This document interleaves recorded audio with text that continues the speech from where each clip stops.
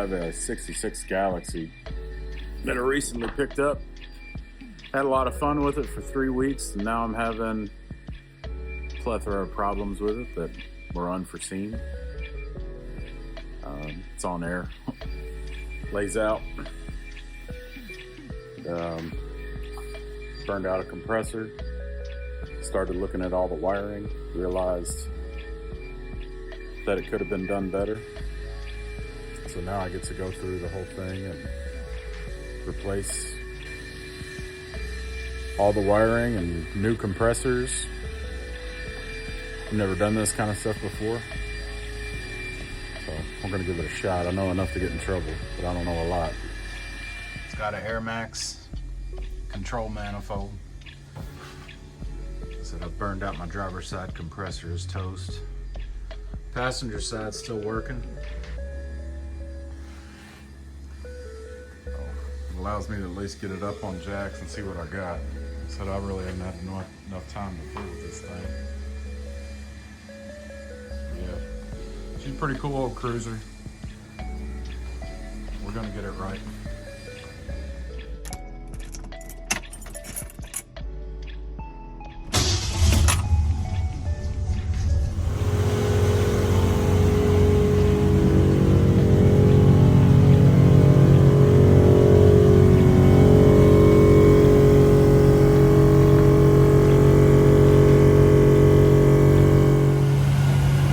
We're going to try to get this thing up in the air, figure out how all these lines and electricals are run.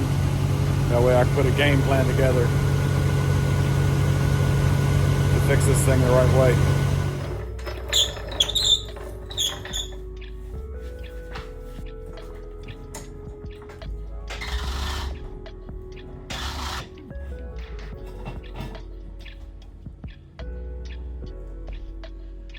All right. You can see how my air lines are run and my electrics. This is my electrical. This is my air. Runs down the rail, the inside of the car to the back, or it goes through a grommet in the trunk. It's kind of hard to see, but that's my power line and air line where they plumb up through the trunk, through those grommets. Let's see if I can focus.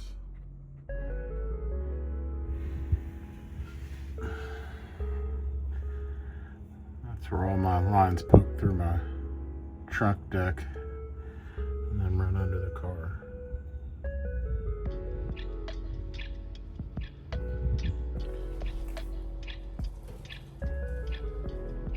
Since those videos were shot, I didn't think that I was going to ever use them and put them on YouTube.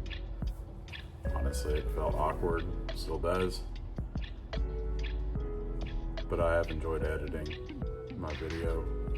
I've enjoyed this project. I thought it could be useful to other people. So I decided to go ahead and continue with it. So what I'm gonna do now is kind of go through my car and show you what work I did. I did a lot. I finished my project. I found a lot of problems with how the car was wired. Basically inadequate wire size for the loads that it was required to run those compressors. I was driving a rolling fire hazard. It's pretty dangerous. I didn't realize how bad it was till I really dug in. I found inadequate grounds. You guys saw the picture of all of those ground wires that went to one bolt and nut, and they were tightened together, but then it had a wire that ran directly back to the battery, and that was supposed to be a sufficient ground for compressors, my control manifold, and it just wasn't adequate. There was no chassis grounding on the back side of the car at that time, and it was creating too much resistance. Wire that was ran was too small, creating a large voltage drop, and it was cooking my wires. I had parts of my wires that were brittle and cracking and melting, and I was pretty close to having a fire with this car. So I'm kind of glad I caught it when I did. Gave me time to fix it, left me one compressor still running, and it was enough to be able to get it in the air, because at that time I could have put a new compressor on it, but getting it up would have been the problem, without burning out a new compressor or damaging a new compressor. I have done other projects as well. It had a leaky radiator that after about 50 miles, I'd need to add a little bit to keep my coolant level up. It had cracks all through. It was the original copper radiator. Put an aluminum one in. It's not painted yet. Not real happy with it, but it works. Keeps my car cool. It's a 4-core. I had an extremely leaky power steering system. Pulled the pump on that. Tried to rebuild it. Didn't work out very well. I am going to do a video rebuilding my old one, or pulling it back apart, trying to figure out what I did wrong. But it sounded like it had a blower under the hood from where I assembled it backwards or wrong or whatever, but I'll find out more about that when I get there. But it's got a brand new power steering pump now. And now I'm chasing oil leaks and things like that. Just so if I go park somewhere, I don't gotta worry about apologizing for my car dripping all over their driveways or parking lots. So yeah, I'll show you what I've done here. So I built a pod system for my trunk. Basically because my compressors weren't bolted directly to the car, and it was fine, but they vibrated so much they wouldn't keep themselves planted. They also rattled other things throughout the car. It drove me insane. So I built this false floor to hide wires. I think it looks cleaner. But these compressors, the duty cycle on them's much better. It airs up my tank in half the time it used to. And so far I have nothing to complain about. These have been great.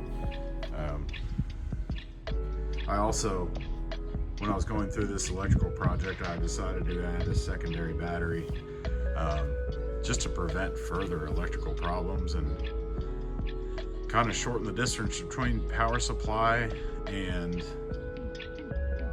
the demand. So now I have extremely short runs of wire between power source and demand source. But I did pull new wire throughout the entire car.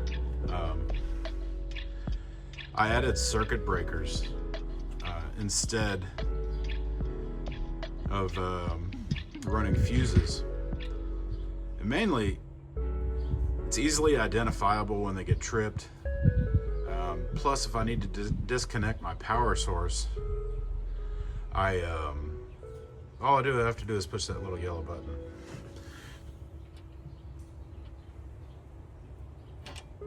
And right now it's disconnected.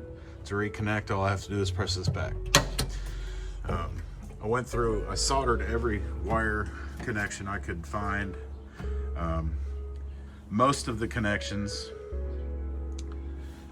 that were on this car, none of them were soldered. In the pictures, you could see where the compressors, where they were wired in, had no soldered connections. They were connected by someone simply twisted the wires together and wrapped electrical tape around them. So I mean, that causes resistance immediately because it's a poor connection, and it's going to cause heat, and that's what cooked my wires originally. Now I have, this is my fused power supply to my compressors, and it feeds under this floor and comes up through the bottom. So I think, especially for a guy who doesn't know what he's doing, had a pretty clean install. Plus, if I ever need to take this out to service anything, I can just lift this whole thing up as one piece. I can get to my wiring, I can get to my grounds. So I think in the long run, this will work much better, much safer, especially because since I haul my family around in it. I do plan on trying to do a power tour if it comes through Tennessee. I think that would be a lot of fun. It's kind of like a bucket list thing for me.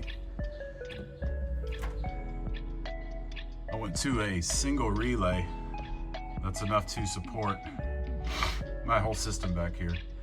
I keep an extra one in the glove box. It's really easy to wire. There's 2 wires in, 2 wires out. Manifold. It seems to be working fine. I know Air Max stuff doesn't get as much love as some of the others, but works well for me. Maybe upgrade at a later date, but currently I like what I got. Treats me right. I got this billet battery tie down, so this thing's not going anywhere. It's directly bolted to the car. It's very secure. I'm under my car now. I'm going to show you guys my chassis ground that I added, because I had literally had nothing back here.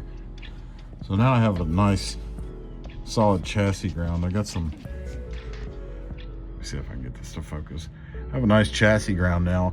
I do plan on adding grounding straps as braided wire straps, so I can really get the continuity through the car much better through these old frame rails. But now I have a good common ground anywhere on this car, as long as it is metal for the most part.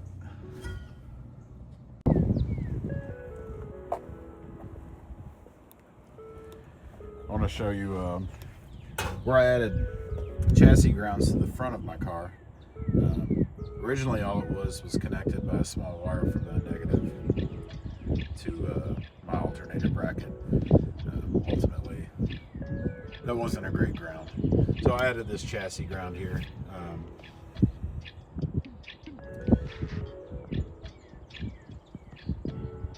I think that's going to work better overall. I also added a alternator here. This is off that parts engine in my garage. Puts out more amps. I did change my wheel covers out. I think they look pretty cool. I added some spikes to them. I wish I did a video on it because there are none. But it's pretty simple. But I didn't even know it was something you could do. I think it's gonna match the theme I'm going for with this car eventually. Plus, I don't have Astro Supreme money at this time, and that's what the car ultimately will end up with. But I think these look pretty cool.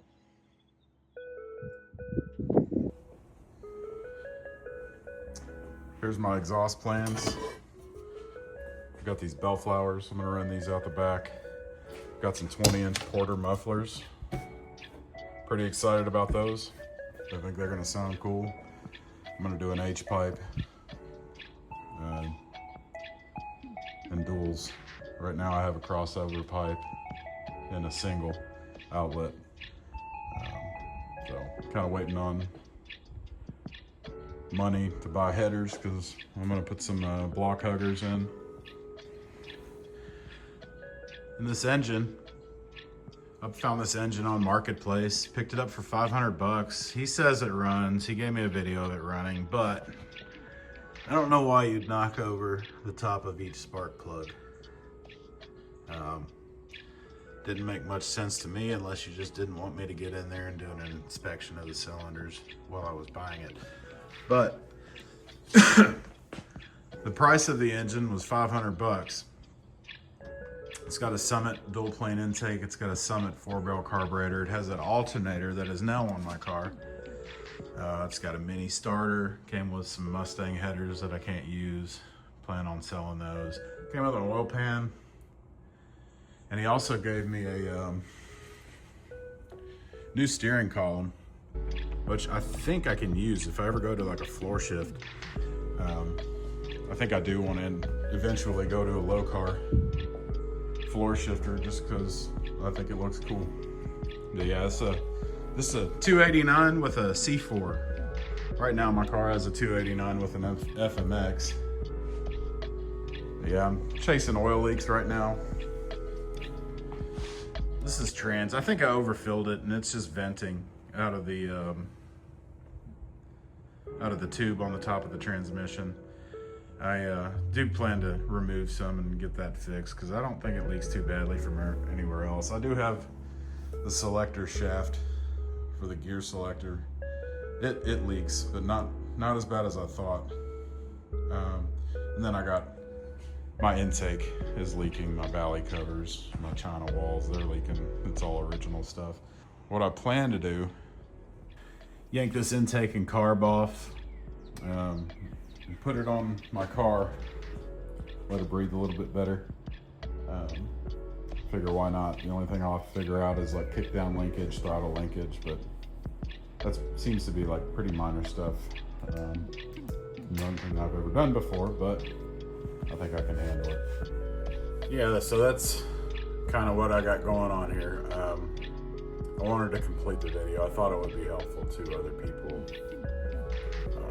who are working through problems with cars with air suspension.